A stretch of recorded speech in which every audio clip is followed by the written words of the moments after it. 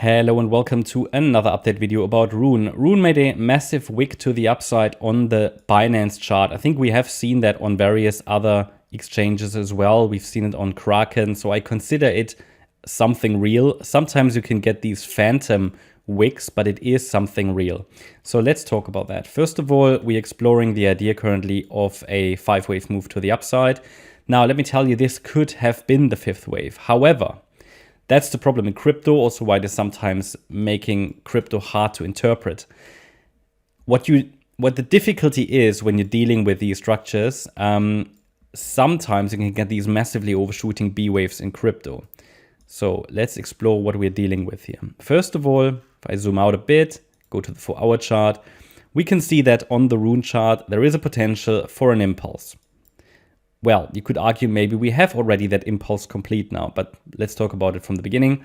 Initially, we had a 5-wave move up. We explored a support area for the wave 2, basically a trend reversal area. Price reacted to it nicely, as they sometimes do, quite often do. If they don't, basically you get stopped out. If they do, you have a massive reward to risk trade, which is very favorable. So we then moved up here, came to this area, said, look, if we now consolidate and it goes directly, it's still a wave 3, so I consider that still the wave 3. We then looked at a healthy wave 4. This was a healthy wave 4, or potentially still is. So we need to talk about, and we highlighted that $1.29 is bullish support. Against that level, we focus on higher. Below that level, we have to look for potentially even new bear market lows, okay? So we were waiting for a 5-wave move up against $1.29. We said that if we get 5 waves up, we will also get the next reliable trade setup in an ABC pullback when we come down lower. Now, it did hold support and it actually created a nice 3-wave move. Now I need to go to the 1-hour chart where we discussed here, okay, A wave, that was supposed to be the B wave rally here, and the C wave down. So we've seen that. The problem is now with this move, it leaves again a lot of room for interpretation. What we are now left with is a massively unreliable spike, because what is that? You cannot recognize any structure really. So it's for me to decide now, okay, is it a high B wave, which I'm leaning to, meaning that we could still, we could have done here some kind of a running flat structure and we might still go higher, or this was already the 5-wave move. Now that's tricky. I would argue most people didn't take profit there. So most people are probably still left with their position, I would assume, So from that point of view, I haven't bought Rune here, but I would still leave the support at $1.29, would give it a chance to still rally once more in a 5th wave. You need to understand now it's obviously ambiguous, because this could have been already the top of the wave 5. So my primary scenario here would be that this was a high B wave. Yes, it's massively overshooting, but this is just not a reliable structure. I can't really count that, okay? It's tricky, it's massively tricky. That is what often happens with the wave 4 and 5, because you can get these overshooting B waves. Often they happen in a wave 4. So that's why I consider that, even though it is massively overshooting. So that means that, very easy actually, as long as we're holding $1.29, we can still focus on higher. If we break below $1.29, I would count all 5 waves complete, and then we're looking for the next setup. But I need a break below $1.29 to confirm that. If we break below $1.29, where could price lead to? What would be the support area that we would identify based on the last high? It would be most likely,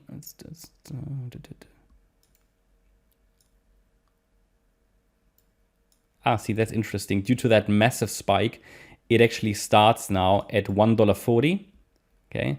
Already goes, let me just double check if I've done that correctly, but I think so because of the massive extensions. So it goes down all the way to $1.05, which would simply be or mean that for, let's assume this wave 5 is already in. Let's assume we have a 5-wave move in. Then the support area for wave 2 is all the way down to $1.05. Below $1.05 now, we would have to expect new bear market lows. But it doesn't technically need to go any lower than $1.40, I would say. However, I would assume if we are really in a wave 2 already, then we should see that because the correction would take a bit of time.